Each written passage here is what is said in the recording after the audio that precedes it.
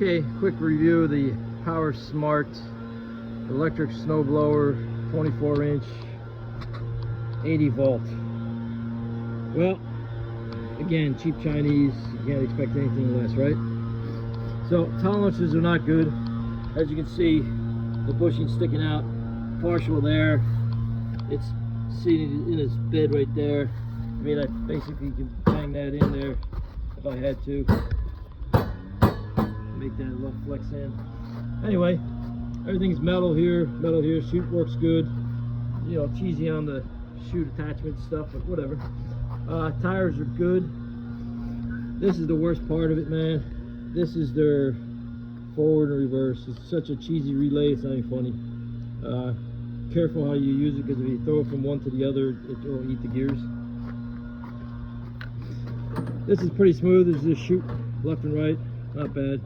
And then this is a little click, in and up and down for the chute angle. So this is actually backwards. The Chinese people put this on. This is the actual auger side, and this is actually the drive side. So I have to switch them around. The lights are pretty bright. I did this at night, so they go on. I don't have a battery in here right now, but the lights pretty much sweep around this whole thing and lights up the area. So this is the problem, though. This is what you get for buying cheap. All right, so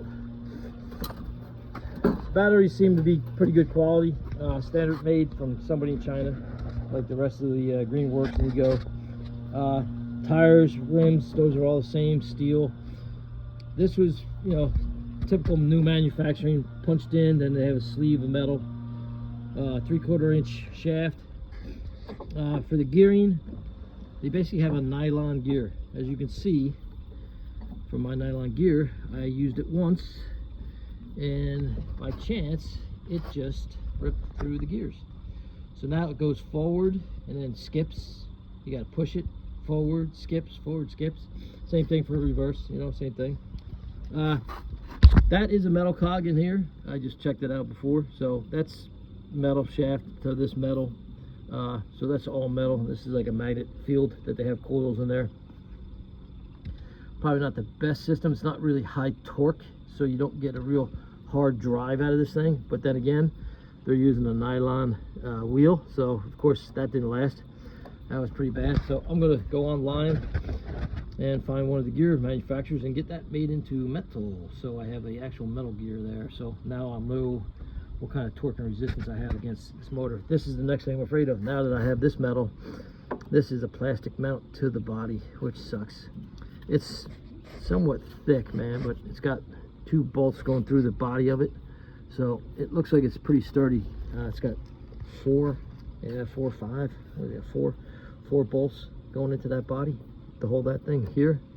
1/4 inch or 5/16 inch aluminum plate for the field metal. Not much more to say about it. I did use it. It did throw snow. Again, this is another thing is, make sure you have your scraper above the ground level. Put a paint stick or something like that, and then put your skids down.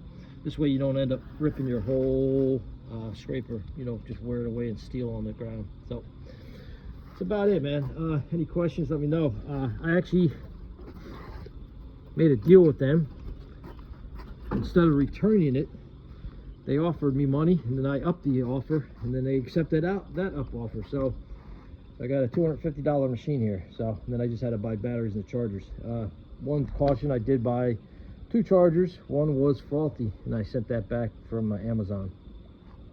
Batteries seem to be good. They're both charging. They're doing 100%. So we'll see. We're expecting snow here today/tomorrow night. So about 6 to 8 inches. So I'll do a snow review after I show you how this thing actually works at that point.